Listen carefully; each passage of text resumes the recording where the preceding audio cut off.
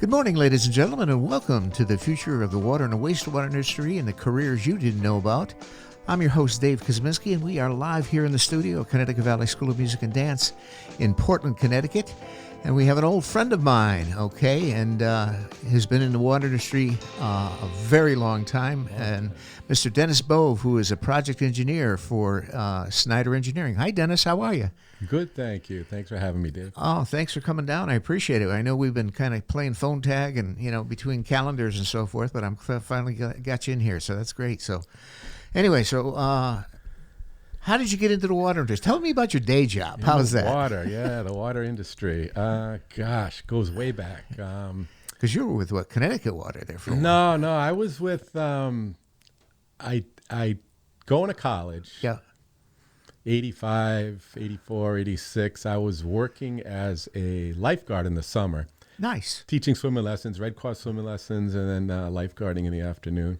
Anyways, I knew Roger Engel from Crystal Water Company. Oh, okay, yeah. He offered me a summer job, and he said, what do you think about doing this? And I was like, yeah, I'm ready for a change.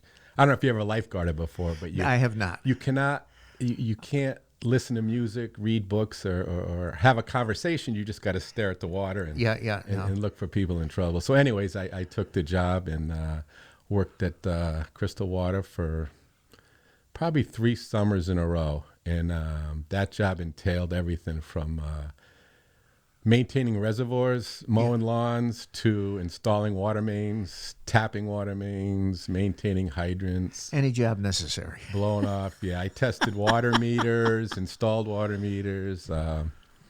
We used to read meters. We had we didn't have the touch read. We had a little reader on the side of the house. So I was walking around with a book. Oh, yeah, with the pencil. Book and pencil, yeah. So that was back in the 80s. Yeah. Now, when you read, was that semi-annually or were you quarterly back then? We were doing quarterly. Oh, okay. So, yeah, I was being dropped off in summer work. So I was dropped off in the neighborhood, and I'll pick you up in a couple hours, Dennis. And okay. I detect the houses, and, it was interesting because some of the neighborhoods were tough. But Yeah, Crystal Water covered areas in Brooklyn, Killingly, and Thompson, Connecticut. So. Okay, that's out in the northeastern quiet corner. The quiet corner. So, and then you also you worked for a laboratory for many years. Yeah, I did that. Well, I was working for Crystal Water. I ended up getting a job at a company called George A. Caldwell Company. Oh, yes. Remember them? They were a 65-year-old company, and I worked with some people Oh, absolutely. Over there I worked with Aaron Schwartz. Yeah, Aaron's been in here. John D'Onofrio. Yeah. Mark Anderson. Mark's been in here. and Cubby Thompson. Yes, Cubby. So, yeah, you should get Cubby in sometime. Oh, yeah. Is she still around? Oh, yeah. She's over working at Core and Maine, and she worked for the Mueller Company years ago out in Decatur. Yeah, she's... Well, she knew her stuff. Yes, she still does. Yeah, she knew her stuff. Yeah, she's good. So that's my first sales job. I was at George A. Caldwell Company, and then they ran into financial problems, and the Mueller line went over to EPCO, and we all transitioned over to EPCO. Yeah. And worked there I was there for 10 years, and then I moved on to branch manager at E.J. Prescott Company in Vernon. Okay. Did that for about 9 years or so. And then my wife and I own a bed and breakfast and reception facility up in Pomfret, Connecticut. Really? Yeah, so we host weddings and overnight stays, spring, summer, and fall. So I went home to run that for a couple of years, and I missed the industry. I miss being on the road. Oh, yeah. I miss seeing people. So I took a job with Microbac Laboratories for 7 years. I was their New England business development manager. So okay, nice. That was interesting too. That was learning about water quality. And oh, yeah. We did testing for about 450 water companies around New England. Yeah. And, the basics, the total coliform and E. coli, and then the quarterlies and and then we also did the SOCs, VOCs, and then radionuclides. Yep, and then we got into that UCMR2. Oh, yeah. They bought it was a $400,000 or $500,000 machine. That ain't a cheap machine. No, we were doing testing all over the East Coast, and I think it was 25 unregulated contaminants And I think we must have done tests for 750 water companies all down the East Coast and out west. And we only had one hit in Kentucky. Really? None of them.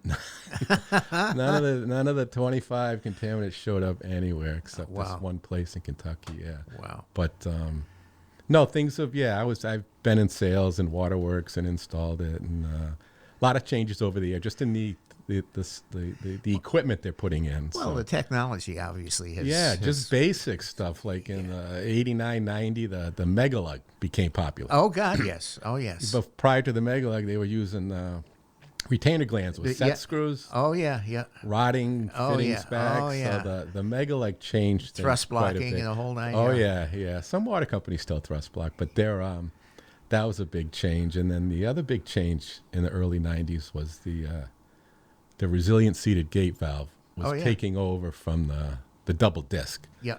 So I guess the resilient seated gate valve came out in the early 80s, but it didn't become popular in New England until later. Well, later 80s. That's New England. New England is that's the standard now. Yeah, exactly. So those are some of the little things, and then the no lead brass.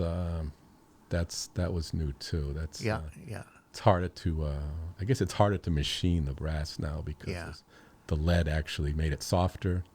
Act as a lubricant, I guess, when they were machining it. Yeah, now brass. Now, who's McDonald's still producing brass? Yeah, McDonald. Yeah, Mueller does. Mueller does. Yeah. Ford makes brass. Yeah, those are the ones you see most often out in the field. Yeah. Now, when I was working for the Portland Water Department, I can remember many time, going over to Southern to George A. Caldwell and picking up stuff. Exactly. The clamps and they were curb boxes, gate boxes. Yeah, they were the number one in Connecticut for a long time. For sure. Yeah, then that was then an Epco old company.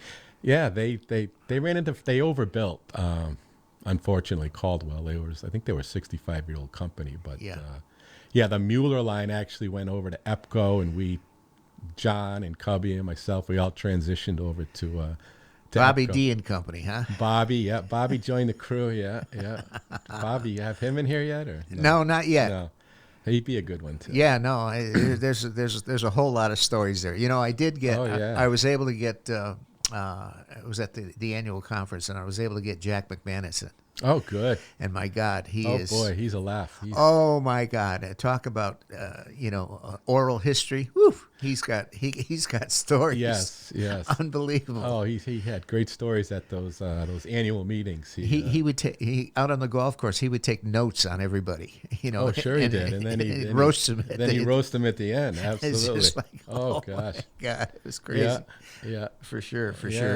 Yeah. So when you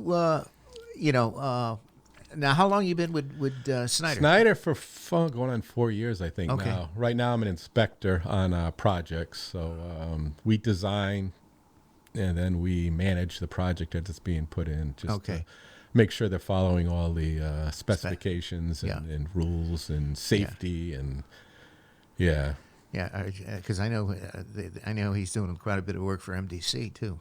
Yes. MDC, Aquarian, some Connecticut water stuff. Yeah.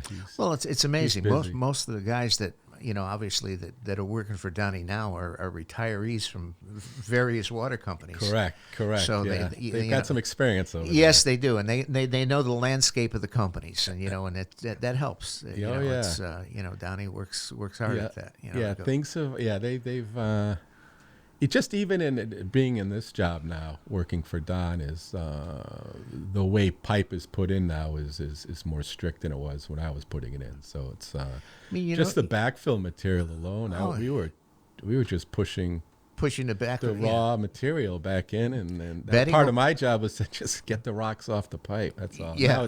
Now it's bedding. You're not supposed to lay it on top of a ledge. Yeah, and compaction. Yeah, you're compacting in layers. And even backfill now. A lot of companies are testing their backfill. To make sure it meets specs and compaction tests and all that kind of stuff. Clean backfill and compaction testing. Yeah, especially on state roads too. They're testing the process too to make sure it's properly compacted. Great. So I was laying water main here. You dig it here, put it in the truck. The truck goes around and dumps it on the other end. That's what we were doing. And pushing it back in the hole. We were pushing it back in, and I was 18, and Dennis, make sure there's no rocks on the pipe. Okay. Okay, And there were some rocks on the pipe. Oh, there are always rocks on the pipe. Always, We'll get the big ones off. Yeah, we'll get the big ones off. For sure. Exactly. Yeah. So now, obviously, I mean, unfortunately, we were in the era of transite asbestos cement pipe. We got quite a bit of that in town. Oh yeah. Yep. And that back in the day was supposed to be the best thing since sliced bread. It was light, it was strong, and all that kind of stuff. And who would have thunk that?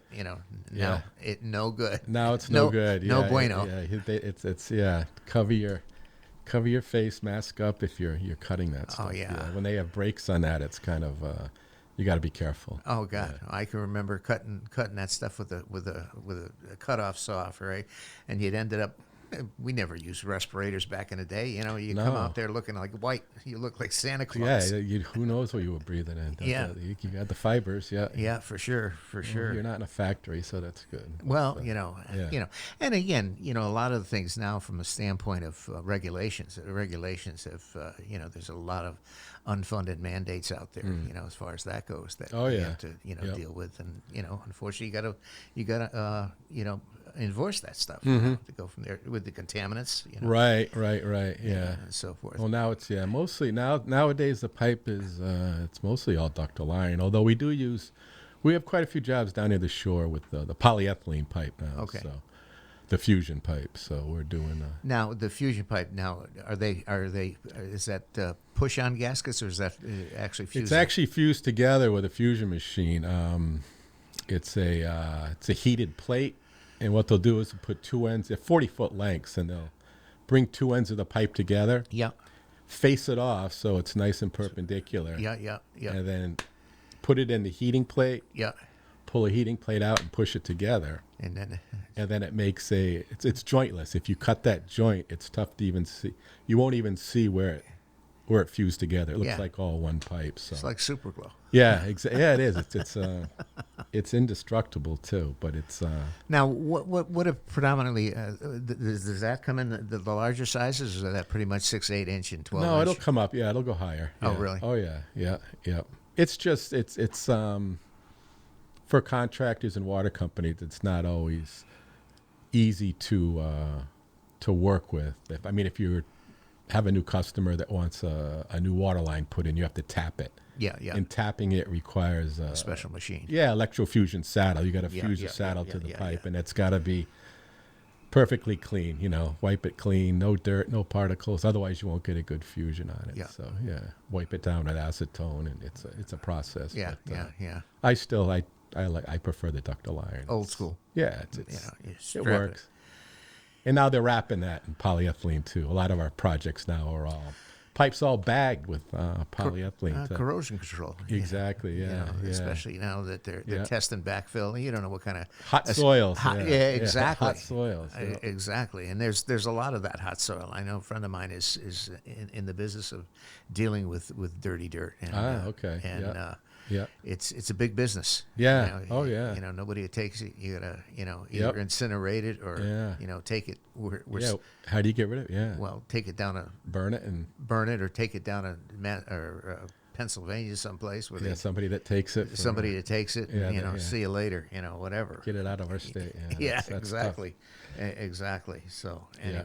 But you get to a point where again the business has evolved, has changed, and so forth. And we're lucky here. We developed a new well in town here, so we're hopefully going to be becoming a little bit more water independent from MDC. Oh, nice. So the new well is like a 1.9 million gallon yield a day. Excellent. So which is very good. Very good. Our average usage in town here is like 680,000. So, and if you need water, you go through to Glastonbury. Is that where? Yeah, we have MDC. We have the interconnection with MDC, which is through South Glastonbury and so forth. So we have a valve right at the town line. Oh, that's good. Down there. So whatever. Very good. But that's good. So anyway, so what are you doing for a hobby? I mean, you have the bed and breakfast. You got the bed and breakfast. Yeah. Well, I was. I sail. Really? Yeah. I race sailboats on Sundays in the summertime. That's one of my hobbies. And, okay. And then I golf, of course. Naturally, you got to golf. Yeah, you're in the section. You got to golf. Well, if you're in the Lesneski group, you got to have the God. Yeah, I'm in the Lesneski group. So we're golfing's big. Yeah.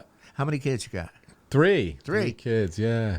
3 kids, and they're all grown up. They're all out of the house. Got some grandkids. They're all doing well. Yeah. Okay. Well, at least they're not living in your basement. No, they're all doing well. Nurses, and one's a teacher, so they're good. You done good, kid. Nah, they're doing well. Yeah, they're on their own, got their own houses. So fantastic. Yeah, we're quiet at home. So is the what's on the horizon? Is retirement in the offing in the near future, or what? I don't know. I don't see it yet. I still enjoy going to work. So it's eventually I will. Yeah, I mean, I'm getting there. Maybe in a few years. Well, you got a good bunch of guys. I'll ease out. Yeah, I enjoy work, and I like being on the job site, and we've got a good group of people over there. Yeah, so. no, Melanson is they're all knowledgeable, and well, they've been they're in helpful business. too. Yeah. They've been in the business. They know the business. You don't have to explain things, and you know, they understand the way things are, the way things they should be, and you produce a good product, and that's half the battle. Yeah, and Don Snyder treats all his people very, very well. All right, ladies and gentlemen, Dennis Bove is in the house. He's a project engineer for the Snyder Civil Engineering Group, and we appreciate him. And Dennis, thanks so much. And thank you. Ladies and gentlemen, that is all.